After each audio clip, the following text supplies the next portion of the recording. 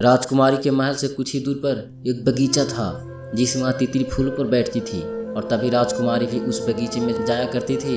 राजकुमारी और तितली एक साथ खेला करती थी और उसी के पीछे भागती रहती थी। तभी वहाँ से एक राजकुमार गुजरता है और उसने भागते हुए राजकुमारी को देखा और राजकुमार यह देखने लगा कि राजकुमारी यहाँ क्या कर रही हैं।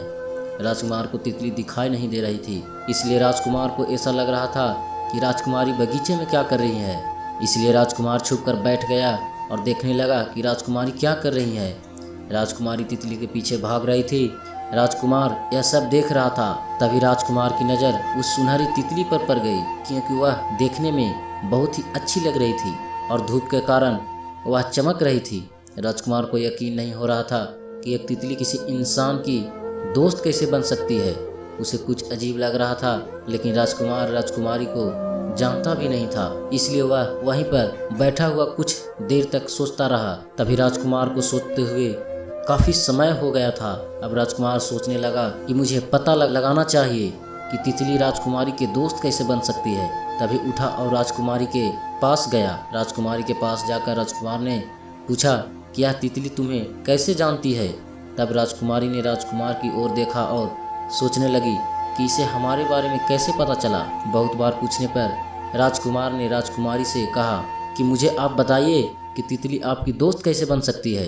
राजकुमारी को ऐसा लग रहा था कि इन्हें बताने से कोई फर्क नहीं पड़ सकता, इसलिए उन्होंने कहा, एक दिन मैं अपनी सहेलियों के साथ खेल रही थी। तभी खेलते हुए काफ़ी दूर निकल गई और वहाँ पर मुझे एक गुफा नज़र आए। उस गुफा में बहुत ज़्यादा अंधेरा था, इसलिए अंदर जाने की हिम्मत नहीं हो रही थी। तभी मैंने उस गुफा के पास उस उड़ती हुई तितली को देखा और उसके पीछे पीछे मैं अपने महल वापस आ गई। मुझे ऐसा लगा कि तितली ने मुझे उस गुफा के अंदर जाने से रोका था और मेरे घर पर मुझे पहुंचा दिया। राजकुमारी ने राजकुमार से कहा कि तभी से मैं तितली के दोस्त बन गई। राजकुमार को पूरी बात समझ में आ गई थी और उसके बाद राजकुमार वहां से जाने लगा। तभी राजकुमारी ने पूछा कि तुम कहाँ से आए हो। राजकुमार ने बताया कि मैं पड़ोसी राज से ही यहाँ पर किसी काम से आया था। तभी मेरी नज़र आप पर गई हो। मैं देखने लगा कि आप किसके साथ खेल रही हैं। उसके बाद मुझे पता चला कि आपके पास एक तितली है जो कि आपके दोस्त है। राजकुमार वहीं पर खड़ा हुआ था। तितली घूमते हुए राजकुमारी के पास आई और इसके सिर पर बैठ गई। राजकुमारी कहने लगी कि मुझे लगता है कि तितली आपसे दोस्ती करना चाहती है। और राजकुमार को यह सुनकर बहुत अच्छा लगा और वह तितली के साथ ही खेलने लगा और उसे बहुत अच्छा महसूस हो रहा था। तितली राजकुमार की भी दोस्त बन गई थी और इस तरह राजकुमार हर रोज राजकुमारी से मिलने आया करता था। यह तितली के साथ अपना समय बिताता था। ऐसा चलते हुए काफ़ी महीने बीत चुके थे। कुछ महीने बाद राजकुमार राजकुमारी का विवाह हो गया तो राजकुमार को यह बहुत अच्छा लग रहा था, क्योंकि तितली भी उसकी दोस्ती और वह भी उसके साथ रहने के लिए राजकुमार को महल में आ गई थी।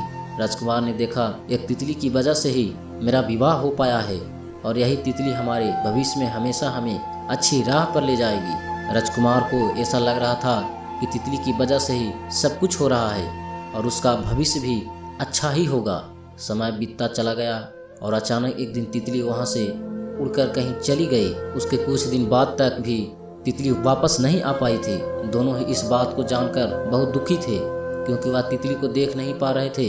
राजकुमार यही सोचा करते थे, तितली की वजह से ही सब कुछ संभव हो पाया है, लेकिन आज तितली नहीं है।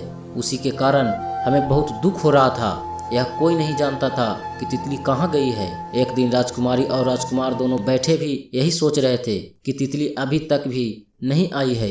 राजकुमारी ने कहा कि मुझे नहीं पता, क्योंकि इतने साल हो गए हैं, मुझे भी तितली कहीं भी नहीं दिखाई दी। दोनों तितली के बारे में बहुत ज़्यादा सोच रहे थे, क्योंकि उन्होंने उसके साथ बहुत ज़्यादा वक्त बिताया था। तभी उनकी नज़र एक तितली पर पड़ गई। वह सुनहरी तितली नहीं थी, बल्कि कोई आम तितली थी। वे दोनों यही कल्पना करने लगे कि यही हमारी तितली है और उसे देखते हैं उन्हें वहाँ पर नींद आ गई। और कुछ देर बाद जब आंखें खुली तो उन्हें पता लगा कि वह कोई आम तितली थी जो यहाँ से चली गई है।